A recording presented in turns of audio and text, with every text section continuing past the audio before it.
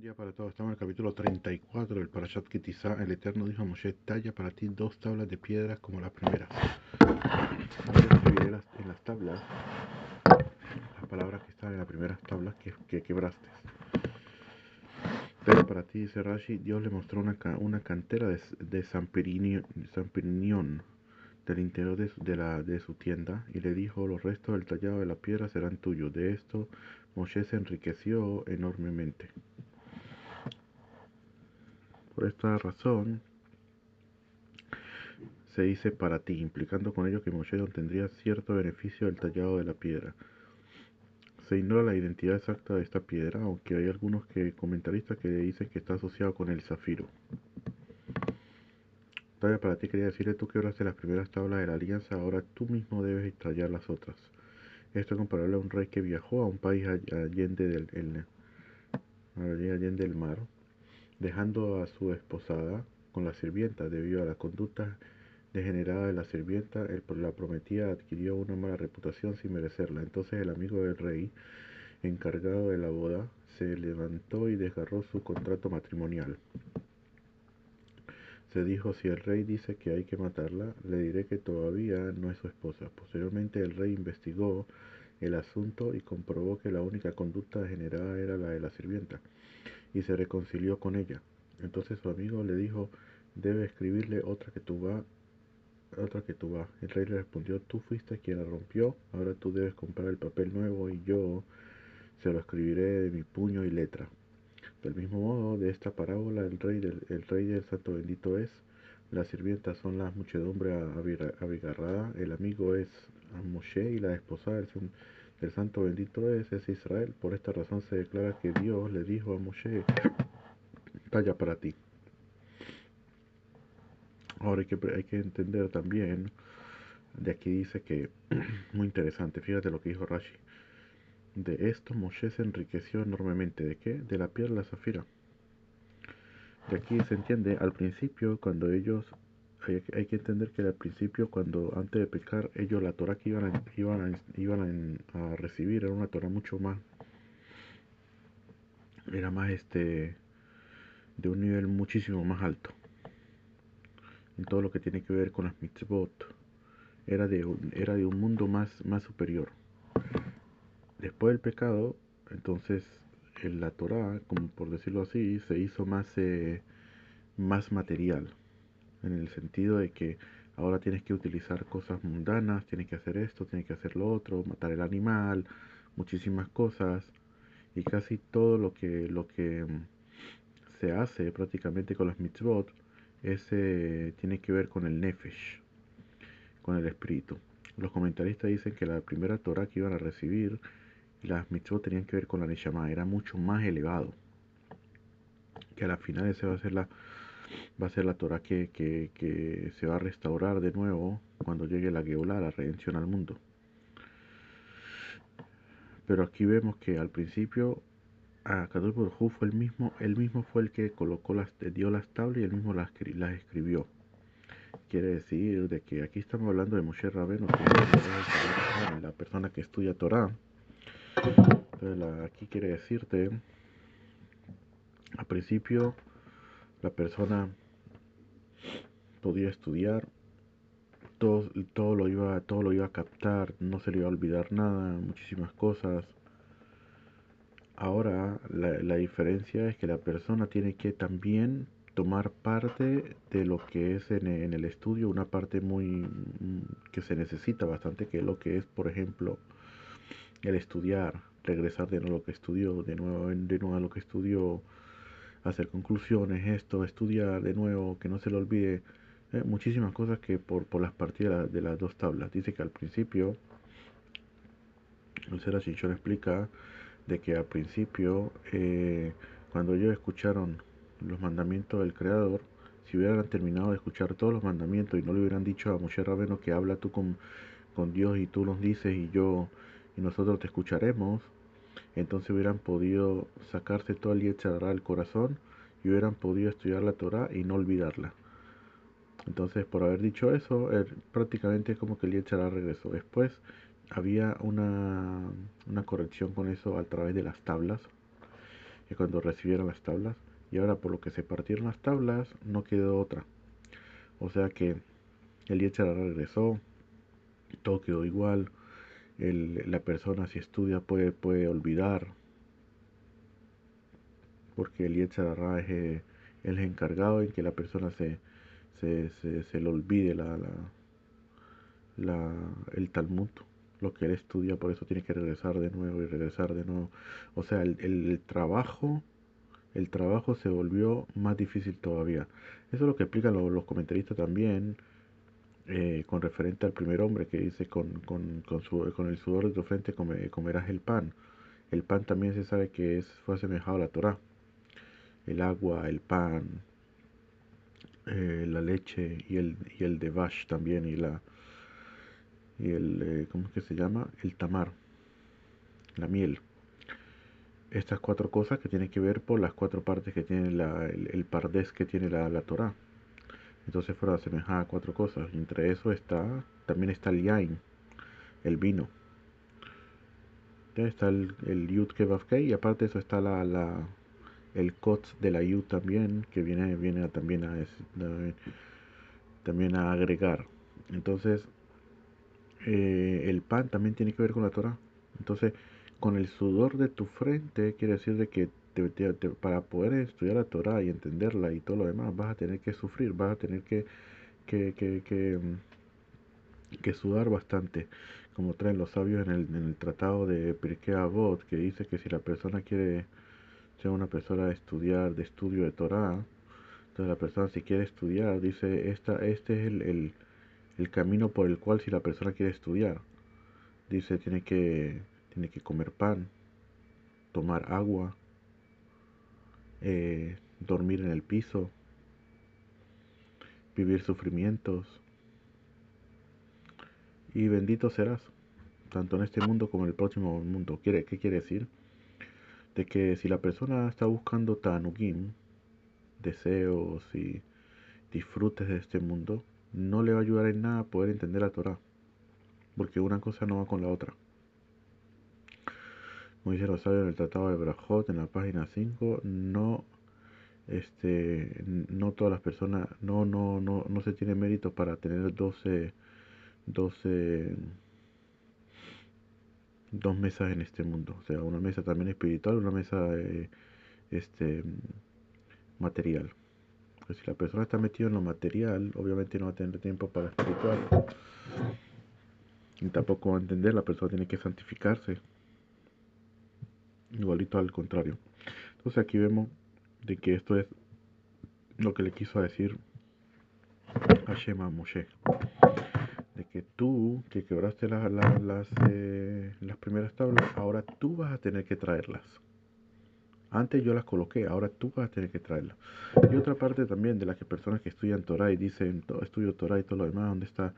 Donde son cosas que uno ve y cosas que no se entienden porque está por encima del intelecto humano, que las personas que estudian Torah no les hace falta nada. Les alcanza el dinero. Obviamente que ellos viven una vida muy, este, lo que se llama en hebreo leistapek bamoat, ¿okay? que la persona tenga cosas que le sean suficientes. Ellos no están buscando mutarot, cosas innecesarias, como viajes aquí afuera y qué sé yo, ropa de marca, como no sé, o muchas cosas más. No, lo que tengo es necesario. Si tengo ropa para taparme el cuerpo, eso es lo importante. No tiene que ser de marcas de no sé qué y de cuánto dinero y todo lo demás. Y así viven ellos. Pero no les hace falta. De verdad reciben todo. Y eso es lo que le quiere decir también aquí, de que Moshe se enriqueció precisamente de las tablas.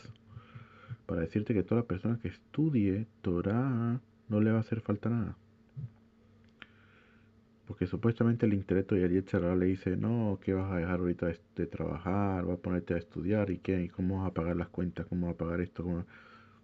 Al revés, la persona tiene que emuná completa y como se dice, donde se termina el intelecto empieza la emuná y esas personas que tienen el mérito que están estudiando todo el día.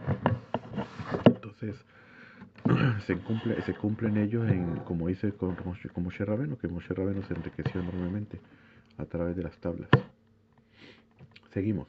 Y estate preparado por la montaña, asciende de mañana a la montaña del Sinaí y preséntate allí ante mí, sobre la cima de la montaña, que ningún hombre suba contigo y que tampoco nadie se deje ver en toda la montaña, incluso los ovinos y las reses no deberán pastar frente a esa montaña. Dice preparado, dice significa preparado. Que ningún hombre suba contigo, como las primeras tablas de la alianza habían sido entregadas en medio de fanfarrias, vitores y estruendos. El mal de ojo tuvo poder sobre ella. Esto enseña que no hay nada mejor que el recato. Muy, muy, muy importante eso. Dice en el tratado de Ta'anit en la página 8, dice la bendición no recae sino en lo que está oculto del ojo. Por eso dicen que los peces se multiplican bastante. ¿Por qué se multiplican? Porque el ojo del hombre no llega hasta ahí. Porque si llegara hasta ahí, los acabaría. Le haría daño y no podían reproducirse. Pero fíjate, por ejemplo, los animales que están a la vista del hombre. Fíjate cuántos animales, por ejemplo, hoy en día ya no están, ya no existen. ¿Y por qué no existen? No existen por el mal de ojo del hombre. Entonces, con más todavía, por ejemplo, contar dinero y muchas cosas, porque dice, el mal de ojo recae en todo lo que es medido y lo que es contado, ¿sí? Todo este tipo de cosas. Por eso vimos al principio de la Torá de no contar a Israel, porque de ahí recae el mal de ojo. Y las primeras tablas dicen que eso fue por haberse dado así en fanfarrias y victorias y estruendo, o sea, a la luz del todo el mundo, fue que recayó sobre él dice que las humanidades, los pueblos del mundo le hicieron mal de ojo y por eso se partieron también.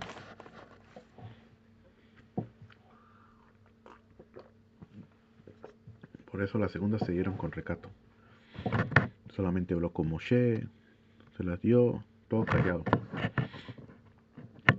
Seguimos. Que ningún hombre suba contigo y que tampoco nadie se deje ver en toda la mañana, incluso los ovinos, los de la montaña. Entonces él talló 2 tablas de piedra, como las primeras. Moshe se levantó temprano por la mañana y ascendió a la montaña del Sinai, como le había ordenado el Eterno, y tomó en sus manos 2 tablas de piedra.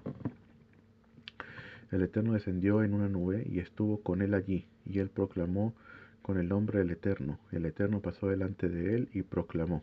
Vamos a ver primero que esto, por aquí hablar sobre después de eso hablar sobre los 13,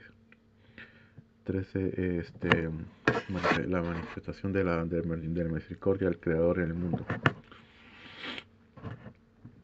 Dice, proclamó el nombre del Eterno. Esta frase traducimos igual que el Targum. Y proclamó el nombre del Eterno.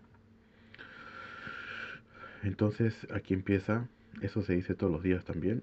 El Eterno descendió en una nube y estuvo con él allí, y él proclamó el nombre del Eterno. El Eterno pasó delante de él y proclamó. Aquí empiezan las 13 manifestaciones de Rahamim. El Eterno, el Eterno. Hay que esperar, no se dice uno detrás de otro. Se tiene que esperar por lo que se está diciendo el nombre 2 veces. Y hay muchas veces donde dice, por ejemplo, que la persona que diga 2 veces Modim, 2 veces Kriyat Shema, cosas así, se le hace callar. Que no vaya a parecer como que supuestamente hay 12 dioses, 2 poderes en el mundo, ni nada por el estilo. Pero aquí también se dice 2 veces el nombre. Pero porque acá yo dijo que así tenía que ser. Por eso si lo vemos en hebreo, hay una raya entre los 2 nombres, Yud Kei Vav Kei, hay una raya. Esa raya, cuando se lee la Torah, nos dice, hay algo que se llama los nikunim, cómo se tiene que leer la Torah y cómo se tiene que entender, cómo se tiene que leer y todo eso. Aquí esa raya significa que hay efsek, que hay que parar. Tú dices el Eterno, 2 veces. ¿Por qué se dice el Eterno 2 veces?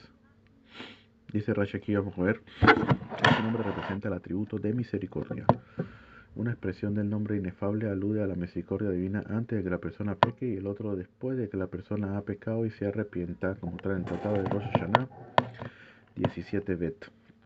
El nombre inefable siempre representa el atributo de misericordia. Aquí es repetido para aludir a dos momentos en que se manifiesta la misericordia de Dios, indicando con ello que la misericordia divina es inmutable y permanente. El número total de atributos divinos de misericordia son 13. Esta expresión doble es considerada como dos atributos.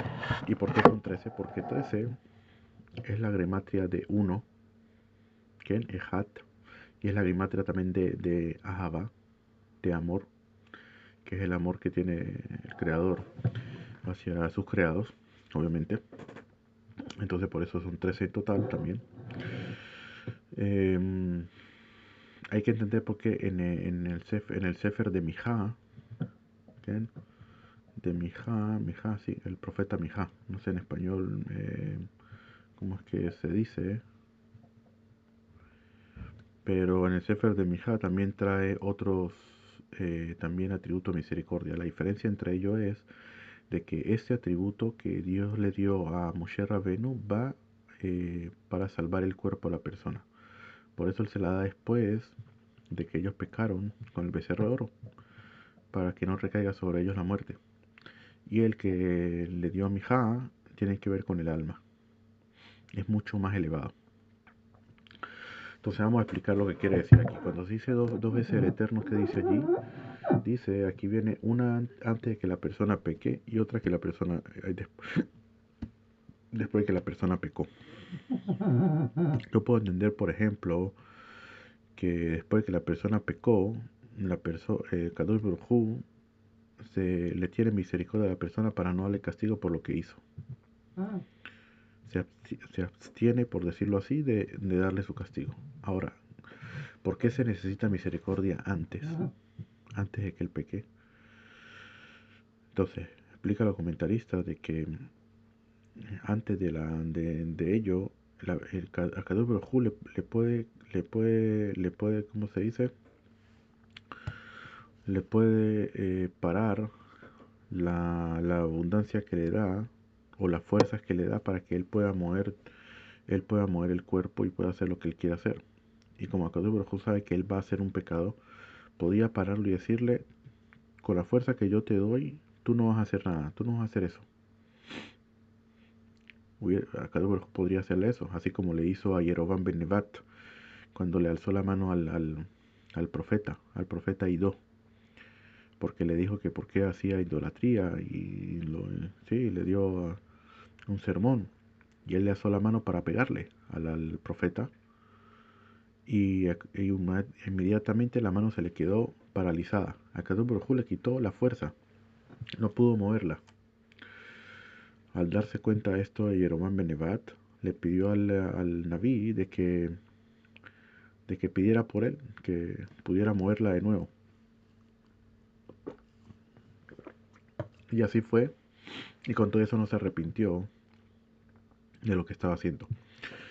No quiere decir de que le pegó al profeta, no le pegó obviamente, pero no se arrepintió de la idolatría y el mal que estaba haciendo. Entonces, eso podría ser. Que a Kadosh Baruj Hu le tiene misericordia, de que prácticamente él pudiera quitarle. La cosa es que Kadosh Baruj Hu no lo hace porque la persona tiene que tener libre albedrío a la final.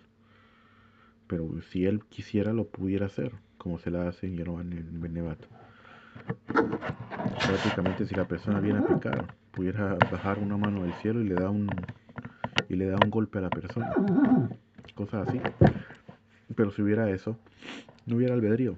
Entonces todas las personas fueran como como un robot. No se puede hacer nada. ¿Me entiendes? Obligados a... Seguimos. Entonces seguimos al Eterno, Dios misericordioso. ¿Okay? Y dispensador de gracia, tardo para la ira y abundante en bondad y veraz. Dice Rashi, Dios, este nombre divino también denota el tributo de misericordia. Hay que saber que cuando dice la palabra Él, incluso que sea fuerza, pero Él viene a denotar también misericordia. Hay un pasuk en Teilim que dice El Hesed Kolayom. Dios proviene de la misericordia todo el día. De ahí se sabe que ese nombre tiene misericordia. Incluso que ese nombre, si tú lo dices completo, Elohim, no es misericordia sino juicios. Incluso, atributo de rigor. Pero cuando se dice pequeño, también con referente al nombre Yud-Kei Vav-Kei, que es misericordia cuando se dice completo. Cuando se dice medio, Yud-Kei, solamente Yud-Kei, representa también rigor, fuerza. Esa es la diferencia entre uno y el otro. Si se dice corto o se dice largo. En este caso se dice él, dice Rashi, este nombre divino también denota el atributo de misericordia. Y asimismo se declara, mi Dios, ¿por qué me has abandonado? Elí, Elí, que lo dijo Esther. Pero no sería apropiado decir el atributo de justicia, ¿por qué me has abandonado? Así allí escrito en el Midrash Behilta.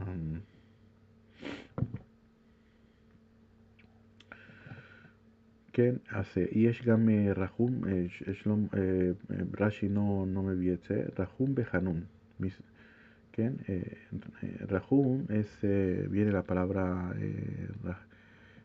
rahem, ¿כן? Que es misericordia, rahem. Y Hanun lo traduce aquí como dispensador de gracia, o sea, da gracia a la persona.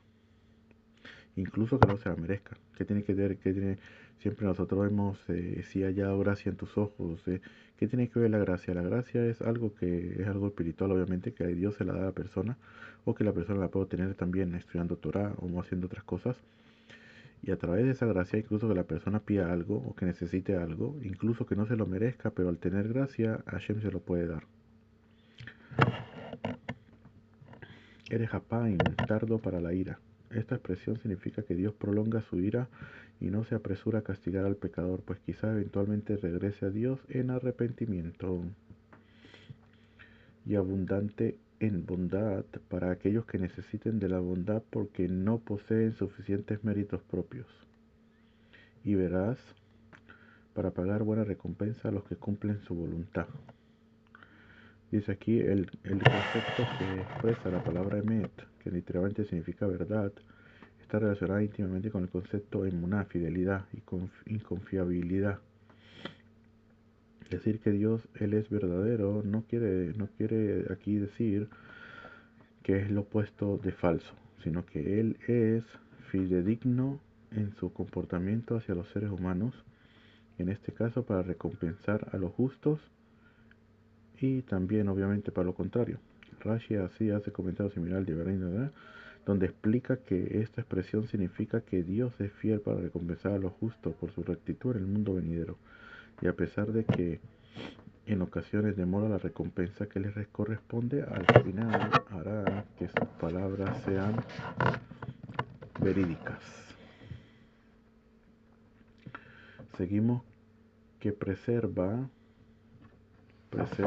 la bondad para millares de generaciones. Perdona la iniquidad, al pecado rebelde y el error, y que absuelve pero no absuelve completamente, que toma en cuenta la iniquidad de los padres sobre los hijos y sobre los nietos, sobre la tercera y sobre la cuarta generación. Toma el Rashi, que preserva la bondad, es decir, la bondad que un ser humano hace delante de él por otros.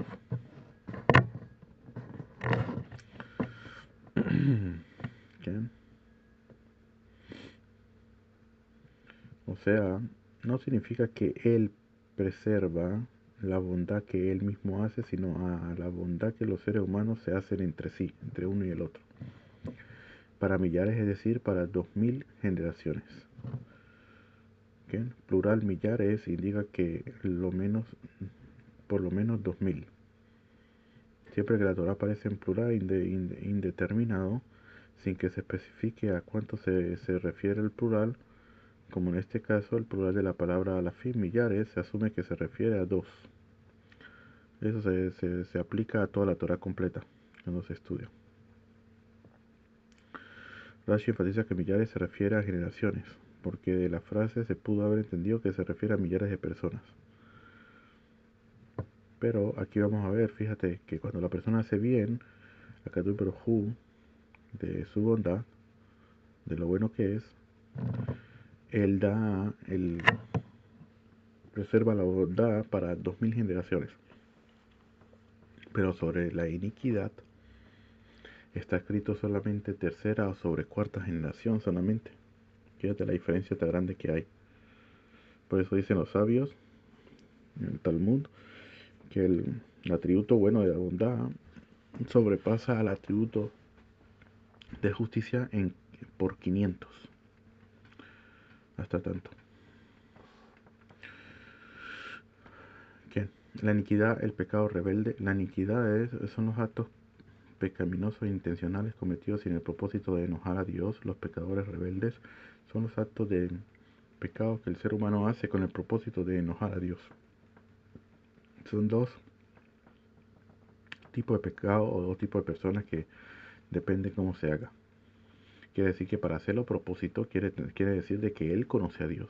Él sabe quién es Dios, él sabe que está permitido y que está prohibido. Y con todo y eso lo hace. Que absuelve pero no absuelve completamente. Según su significado simple, esta frase implica que él no pasa por alto el pecado completamente, sino que se lo cobra al pecador poco a poco. Pero nuestros maestros lo interpretaron en el sentido de que Dios absuelve completamente a quienes se arrepienten, pero no absuelve a quienes no se arrepienten. Así pues, la diferencia entre el sentido simple de la frase y la interpretación de los sabios es que en el primer caso Dios no absuelve al pecador, sino que paulatinamente le cobra su pecado, pero en el segundo caso Dios sí absuelve completamente. Que toma en cuenta la iniquidad de los padres sobre los hijos, pero únicamente cuando estos se aferran en sus manos a la mala conducta de sus padres. Este enunciado debe ser explicado así, puesto que otro versículo explícitamente expresaba que Dios únicamente toma en cuenta el pecado de los padres sobre los hijos para los que me odian. Esta frase pertenece a los 10 mandamientos. Yo soy el eterno tu Dios, que toma en cuenta el pecado de los padres sobre los hijos, para los que me odian. Por lo tanto, si un hijo no se aferra al pecado de sus padres, Dios no lo castigará por la falta de esto. Esa es la pregunta que hace Masé Sanedrín en la página 27 sobre cuando venga el Mesías. ¿Qué sucederá con los niños que no han llegado todavía, los muchachos que no han llegado todavía a los 20 años? Se sabe que hasta los 20 años no se hacen acreedores del castigo divino desde el cielo. A partir de los 13 años ya se hace acreditor del castigo aquí en este mundo, con el Sanedrín. Pero del mundo del cielo hasta los 20 años. Entonces, ¿qué pasa con los hijos que tienen hasta 20 años? ¿Qué sucederá con ellos cuando llegue el Mesías? Todos los demás ya depende de los actos que ellos hicieron o no hicieron. Si mueren o no mueren. Dice los sabios, todo depende si los hijos siguen o se aferran a la mala conducta de sus padres. Todo eso depende de eso. Nosotros podemos ver padres que de repente no cuiden nada y los hijos 13, 14, 15 años regresan Bechubá completamente. En contra de sus padres, en contra de esto, no, regresan Bechubá. Hasta tanto. Y sobre la cuarta, es decir, sobre la cuarta generación. Así pues, la medida de bondad divina es mayor que la medida de castigo en proporción de 1 a 500. Eso fue lo que dijimos anteriormente. Pues con respecto a la medida de bondad se declara que Dios preserva la bondad para millares. Moshe se apresuró a inclinarse hacia el suelo y se posternó. Cuando Moshe contempló la presencia divina pasando delante de él y escuchó la voz de esta proclama, inmediatamente se prosternó.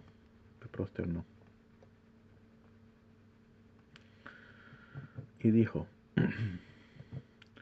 si ahora haya gracia en tus ojos, mi Señor, te ruego que mi Señor vaya en medio de nosotros, pues es un pueblo de duro servicio, y perdona nuestra iniquidad y nuestro error, y haz de nosotros tu heredad. Dice Rashi, tal como prometiste, ya que tú perdonas la iniquidad. Y si Israel es un pueblo duro servir y se rebela contra ti, sobre lo cual dijiste, pues yo no subiré en medio de ti, pues tú eres un pueblo duro de servir, no sea que te aniquilen el camino, a pesar de ello, perdona nuestras iniquidades. Ya de nosotros tu heredad, dice Rashi, quiere decir, ya de nosotros tu única heredad. Entréganos tu heredad única. Esta es la petición que Moshe le había hecho anteriormente, y yo y tu pueblo seamos distinguidos, lo cual significa que le pidió no hagas recibir tu presencia divina sobre otras naciones.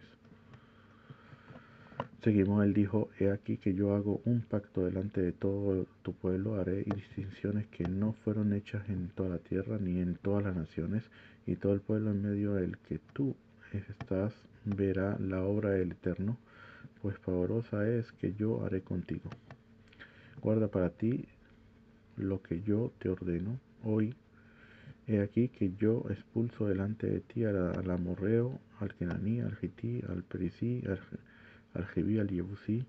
Guárdate de hacer un pacto con el morador de la tierra a donde vas, no sea que se convierta en un tropiezo para ti, sino que molerán sus altares, que quebrarán su estela y talarán sus árboles de culto, pues no te postrarás ante otro Dios, ya que celoso es el nombre del Eterno, un Dios celoso es. No sea que hagas un pacto con el morador de la tierra y ellos se prostituyan tras sus deseos y sacrifiquen a sus dioses. Y él te llamó y él te llame y comas de su sacrificio y tomes a sus hijas para tus hijos y sus hijas se prostituyan tras sus dioses y hagan que sus hijos se prostituyan tras sus dioses. Hago un pacto sobre esto, daré distinción, dice Rashi. Quería decirle a ustedes, estarán separados en este respecto de todas las demás naciones, en el hecho de que mi presencia divina no residirá sobre ellos. El Emorí dice, solo menciona 6 naciones, dijimos anteriormente, porque el Gilgashi se levantó y desocupó la tierra de Kená delante de los israelitas. Cuando ellos llegaron, Yoshua Ben Nun a todos les mandó carta diciéndole que se fueran y seguirían viviendo, o que entonces que si no, entonces iban a tomar, iban a salir son consecuencia de ello.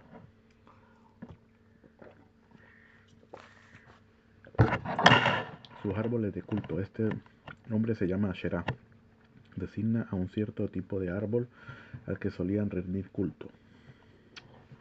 En el tratado de Avodah Zarah, en la página creo que es Gimel, creo que es Men Gimel 53, algo así, que habla sobre cómo es posible que a Kadosh Baruj Hu le diga que tienen que quebrar los árboles, talarán los árboles y todo eso. Los altares y todo eso de ellos sí, pero los árboles tienen que son parte de la tierra de Israel. Y aparte la tierra de Israel no pertenece a los kenanitas, pertenece a Israel. Y aparte incluso que ellos estaban allí, dijimos que los kenanitas son esclavos. Y todo lo que le pertenece al esclavo le pertenece al amo. Y el amo aquí es Israel. Y hay un clal muy importante en la Avodah Zarah, que la persona no puede prohibir algo que no es suyo. Por ejemplo, una persona no puede decir, por ejemplo, agarrar el caballo del, del amigo y decir, ese caballo para mí es como Dios, idolatría, y posterarse sobre él y hacerlo idolatría. No puede hacerlo porque ese caballo no es de él. Entonces pregunta a los sabios, pregunta el Talmud, ¿cómo fue que aquí se prohibieron los árboles? Si los árboles no eran de ellos. Incluso que dijeron que esa vez es mi Dios, no hizo nada. Que el problema fue cuando ellos hicieron el becerro de oro. Cuando hicieron el becerro de oro, ellos prácticamente hicieron Gilui Dat. Gilui Dat quiere decir de que ellos prácticamente descubrieron, o sea, prácticamente hicieron reconocer de que ellos, vamos a ver aquí, estudiamos que dice Dice, haznos dioses que vayan delante de nosotros. Dice Rashi, esto implica que desearon tener muchas deidades. O sea, muchas deidades quiere decir de que todo prácticamente es Dios, todo, incluso una, un árbol puede también utilizarlo como Dios. Entonces, en ese caso, como ellos dijeron, ah, sí, entonces, este, cualquier cosa puede ser Dios. Si es así, entonces ellos pudieron prohibir los árboles, con los cuales ellos le rindieron culto. Y por eso es que a Kadosh Baruj Hu, cuando ellos entran, les pide sellar esos árboles.